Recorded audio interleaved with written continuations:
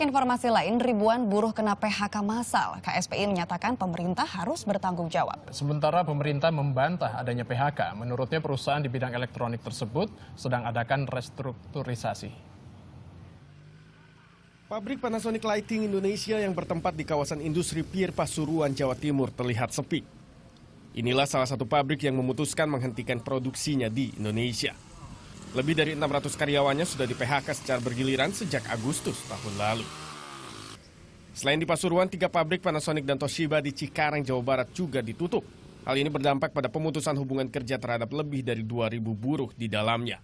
Pabrik terpaksa ditutup karena daya beli masyarakat terhadap produk mereka turun. Konfederasi Serikat Pekerja Indonesia menilai pemerintah kurang cekatan merespon PHK massal ini.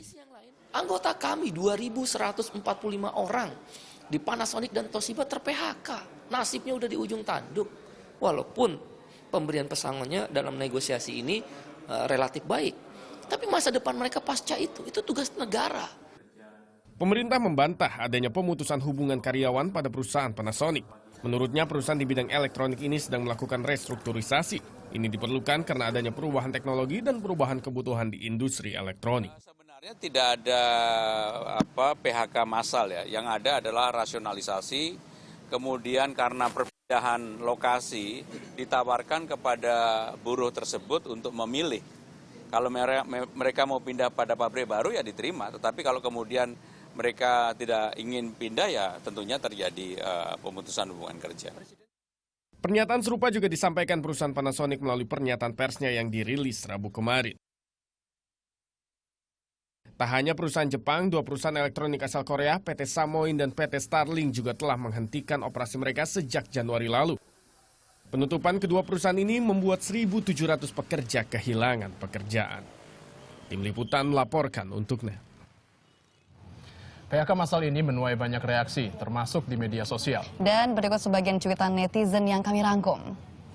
Pertama dari Aulia Aziza, solusinya ya pemerintah bisa bantu karyawan PHK ini buat usaha sendiri supaya perekonomian karyawan tidak terganggu. Itu dia. Dan netizen berikutnya dari Syahid Fajar yang mengatakan bahwa pemerintah bisa menyalurkan karyawan yang di PHK ini ke lapangan kerja baru. Ada sosialisasi untuk wirausaha. Salah satu solusi ya. Kemudian juga dari Aji Minarzo, pemerintah perlu mengundang investor asing lain untuk investasi di sini dengan memberikan beberapa insentif untuk stimulasi mungkin ya.